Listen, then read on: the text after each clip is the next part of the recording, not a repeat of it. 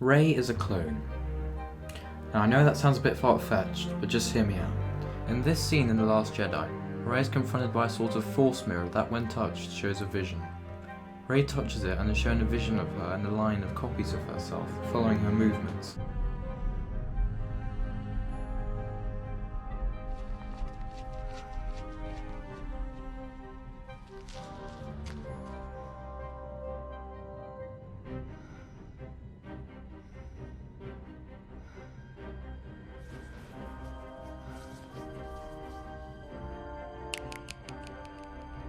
This goes on until Rey asks the mirror, "Who are my parents?" and she's shown herself. Let me see them. My parents. Please.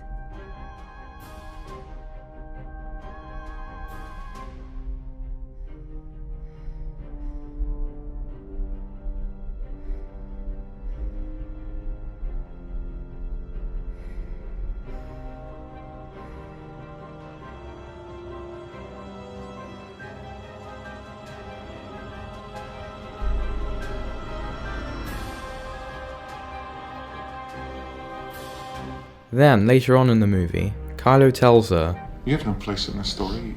You come from nothing. You're nothing." which would make sense, as she would probably have been cloned because of her strong connection to the Force. Also, in the trailer for Rise of the Skywalker, at the end we find out that the Emperor is somehow still alive. No one's ever really gone.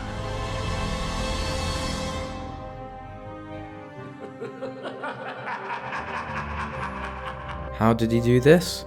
Well, as of yet, it's still a mystery, but what we do know is that in the comics, the Emperor survived by cloning himself, and each time his physical body died, his consciousness would be transferred to one of his clones. Maybe the Empire tried to clone Force-sensitive people across the galaxy to enlist in the Imperial Army, but something went wrong, because we know that that never happened. It would also explain why Rey's on Jakku, the largest Imperial grave site in the galaxy, and maybe she wasn't sold for drinking money as it says in episode 7, but rather because the Empire was searching for her, and since she was likely a top secret project, it would have been a top priority for the Empire, so her parents, bounty hunters maybe, abandoned her because they wanted nothing to do with the Empire.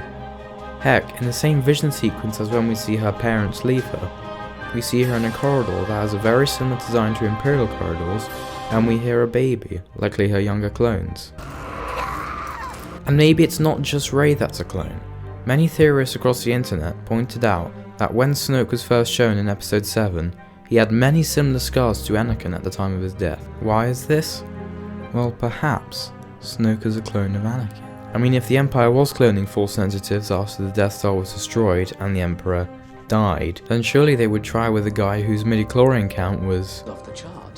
And why did the Emperor not resume command of the Empire in his clone body after his death? If anyone in the Star Wars universe was to be one with the most trust issues, it probably would have been Palpatine. Heck, he even wanted Luke to kill his second in command just so he could have someone more powerful. So it's safe to assume he didn't trust anyone enough to tell them about his clones, especially considering his life depended on it.